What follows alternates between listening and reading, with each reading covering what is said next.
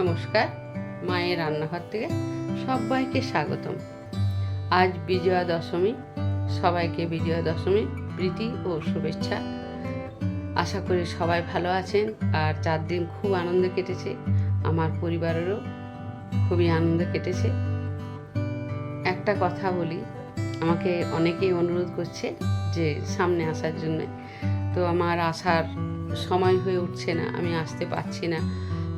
সামনে আসতে গেলে তো রেডি হতে হবে, কারণ আমার সকালবেলায় নাড়ুগোপাল আসেন, তার সেবা দেওয়া, রান্নাঘর পরিষ্কার, এই ঠাকুর ঘর পরিষ্কার করা, তারপর 2 ছেলেকে পাঠানো, নাতনিকে পাঠানো, 3 জনাকে একসাথে পাঠিয়ে আবার স্নান করে আবার পুজো করা, নাড়ুগোপালের চান করাতে হয়, অঙ্গরাগ করাতে হয়।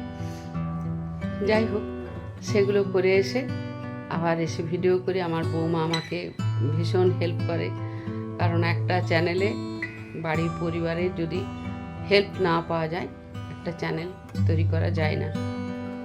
আমার হাজব্যান্ড বাজার করে, যখন যা বলি তাই এনে দেয়। আমার 2 ছেলে এডিট করে, আমার বৌমা হাতে হাতে সবসময় আমাকে সাহায্য করে। তো তারপরেও আমি ব্যস্ত থাকি যে নিজে একটু রেডি হব, পারি না, আমি হয়ে ওঠে না। আমার হাজব্যান্ডের সুগার আছে, তাকে টাইমে খেতে দিতে হয়, নানা রকম কারণেই আমি সামনে আসতে পারি না। তবে সবাই ভালো থাকুন, সুস্থ থাকুন, ধন্যবাদ।